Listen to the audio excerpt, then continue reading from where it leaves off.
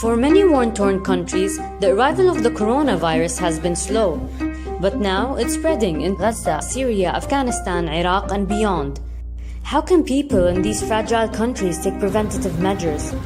How can you social distance yourself in an overcrowded camp? How can you wash your hands regularly when there is no running water, let alone soap or sanitizer? If Corona can overwhelm well-equipped, well-functioning hospitals in Europe, what happens in Yemen, where half the healthcare facilities are not functioning? Or Somalia, where there are 9 hospital beds for every 10,000 people? But it's not hopeless. We have fought other outbreaks: cholera, Ebola, scabies, and tuberculosis. We know that rapid action can help avert the worst.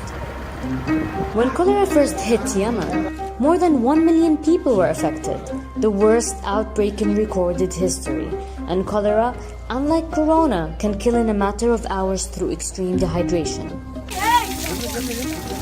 We saved lives by providing clean water, improving sanitation, and supporting hospitals with essential medicines. Now, to fight corona, we are working hard in countries like Syria to ensure clean water is accessible, that sanitation systems are functioning, and soap is in all our aid packages. To fight Ebola, which at times had a death rate of 50%, prevention was essential. Congolese Red Cross teams went door to door telling families how Ebola spreads and work with community elders and religious leaders to talk about the symptoms and the importance of early treatment. Myths were exposed, truths were told. Now, we're working with our Red Cross and Red Crescent volunteers across the world to share accurate information about how to limit the coronavirus. When doctors and nurses get sick, people stop trusting hospitals. During the Ebola crisis, many pregnant women risked home births. Maternal fertility surged. Today, to protect healthcare workers battling corona, we're providing face masks, aprons, and gloves. We also know that triaging patients is very important to limit viruses. In the Democratic Republic of Congo and Somalia, we're helping hospitals to separate confirmed corona patients from suspected cases and put in place isolation facilities.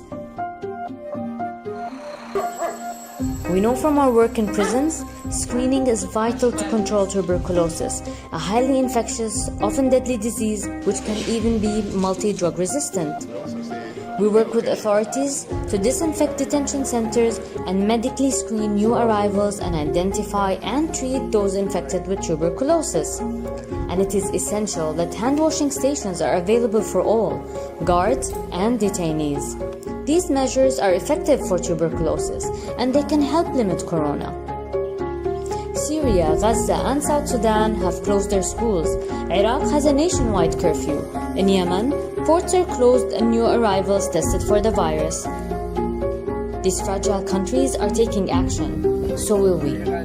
In prisons, refugee camps, damaged hospitals, we will help.